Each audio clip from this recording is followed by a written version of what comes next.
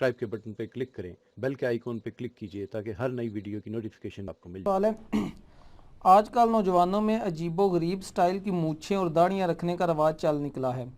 اسلام میں اس قسم کی چیزوں کا کہاں تک ثبوت ملتا ہے اور کون کون سی چیز کرنا منع یا حرام ہے؟ یہ تو اسی طریقے سے وہ میرے پاس ایک بھائی آئے، مجھے کہنے لگے جی میرے بھائی کو سمجھائیں، گانے بہت سنتا ہے۔ تو میں نے اس سے پہلا سوال کیا وہ نماز پڑھتا ہے؟ کہتے نہیں نماز کبھی نہیں اس نے پڑھی۔ تو میں نے کہا سننے دو گانے۔ جب ایک بندہ بڑی چیز کے اوپر کمپرومائز کیے ہوئے ہے تو یہ چھوٹی چیز ہے نا۔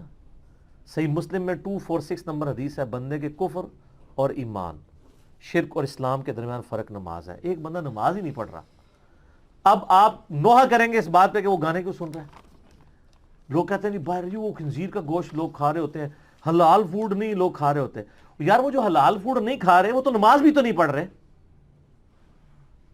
وہ ذبیحہ نہیں کھا رہے، وہ تو بہت چھوٹا ایپ ہے۔ جس طرح جب کمیونزم تھی، یہ رشیا کی جو سٹیٹس آزاد ہوئی ہیں، ابھی تک وہاں یہ حالت ہے، کئی مسلمان ہیں، ان میں اور کافروں میں فرق یہ ہے کہ کافر جو ہے بغیر بسم اللہ کے خنزیر کا گوشت و شراب پیتے ہیں اور مسلمان بسم اللہ پڑھ کے کھاتے ہیں، بس یہ فرق ہے۔ ظاہر 90 سال تک جب تالے پڑے ہیں مسجدوں کے اوپر، قرآن کے نسخے جلا دیے گئے، یہ تو اب سعودیہ والوں نے کافی پیسہ وہاں انجیکٹ کیا ہے اور وہاں پہ ان کی لوکل لینگویج میں، اس لحاظ سے میں سعودیہ کی پالیسیز سے اختلاف اپنی جگہ، لیکن سعودیہ کی یہ بہت بڑی نعمت ہے اس حوالے سے، ان کی جو فائنینشیل ان پٹ ہے پوری دنیا میں مسلمانوں کے لیے۔ اس طریقے سے حاجیوں کو وہ جس ملک کا کوئی حاجی ہوتا ہے، جب اس کا جہاز رخصت ہو رہا ہوتا ہے، اس کی زبان میں ترجمہ قرآن کا دیتے ہیں، بڑی اچھی کوالٹی کا۔ یہ بہت بڑی نعمت ہے اور اللہ تعالیٰ ان کو جزائے خیر دے۔ میں تو یہ نہیں، ہم تو ٹروتھ لور ہیں جی، ہمیں اختلاف اپنی جگہ، لیکن جو سچائی ہے وہ تو ماننی چاہیے اور تعریف کرنی چاہیے اس کے لیے۔ اللہ تعالیٰ کسی سے بھی اپنا دین کا کام اس حوالے سے لے سکتا ہے۔ تو یہ اب مونچھیں عجیب و غریب رکھنا، فرینچ کٹ رکھنا، ظاہر ہے ان لوگوں کو تو اس سے بڑی چیزوں کا آئیڈیا نہیں ہے۔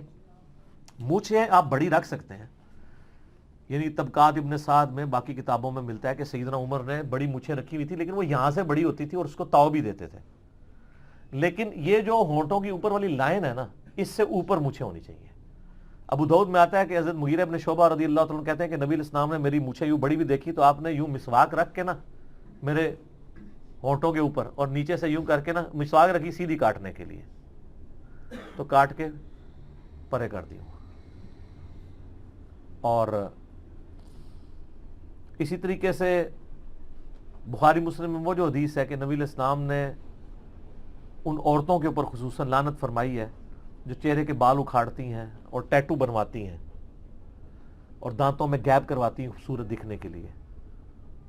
اس طریقے سے بخاری مسلم میں حدیث ہے ان عورتوں پہ لعنت جو مردوں کی مشابہت کریں، ان مردوں پہ لعنت جو عورتوں کی مشابہت کریں۔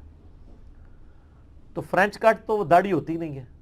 اچھا، فرینچ کٹ کو لوگ گستاخی سمجھ رہے ہوتے ہیں اور کوئی بندہ شیو کیے ہوئے وہ کہتے ہیں ٹھیک ہے، اس نے گستاخی تو نہیں کی تھی، کوئی فرق نہیں پڑتا، دونوں کا سٹیٹس ایک ہی ہے۔ اب ظاہر ہے جس نے داڑھی نہیں رکھی ہوئی وہ جو مرضی کھیلتا رہے پھر اپنے چہرے کے ساتھ، آپ اس کو داڑھی کے اوپر ترغیب دلائیں گے، اینڈ رزلٹ تو برابر ہے دونوں کے لیے۔ یہ کہنا کہ داڑھی کی توہین ہو گئی ہے، داڑھی کی توہین یہ ہے کہ داڑھی رکھ کے بھی جھوٹ بولے، داڑھی رکھ کے بھی جھوٹا دین ممبروں سے لوگوں کو بیان کریں، داڑھی رکھ کے بھی ممبر پہ چڑھ کے کہیں کہ قرآن حدیث ڈائریکٹ نہ پڑھنا تم گمراہ ہو جاؤ گے، یہ داڑھی کی توہین ہے۔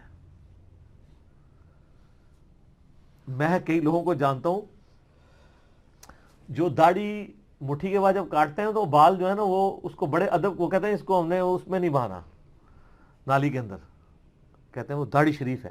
اور سر یہ شریف آپ کی داڑھی نہیں ہے، وہ نبی علیہ السلام کی داڑھی شریف تھی۔ وہ تو ہے بخاری مسلم میں کہ آپ علیہ السلام نے اپنے سر کے مبارک بال جب منڈوائے حجۃ الوداع کے موقع پر تو حضرت طلحہ کو بلا کے کہا کہ صحابہ میں سے تبرکن تقسیم کرو، تو نبی علیہ السلام اپنے بال مبارک تقسیم کراتے تھے۔ حتیٰ کہ وہ صحیح بخاری میں آتا ہے ام سلمہ نے نبی علیہ السلام کی وفات کے بعد کچھ بال مبارک آپ علیہ السلام کے نکالے اور کہا کہ یہ نبی علیہ السلام کے بال مبارک ہیں، ہم میں سے جب کوئی بیمار ہو جاتا ہے ہم اس کا دھون مریضوں کو شفا کے لیے پلاتے ہیں۔ بلکہ وہ محلے کے لوگ، بخاری میں آتا ہے کہ ان کو برتن بھیجا کرتے تھے تو وہ اس میں ڈبو دیتی تھی تو مریضوں کو شفا ہو جاتی تھی۔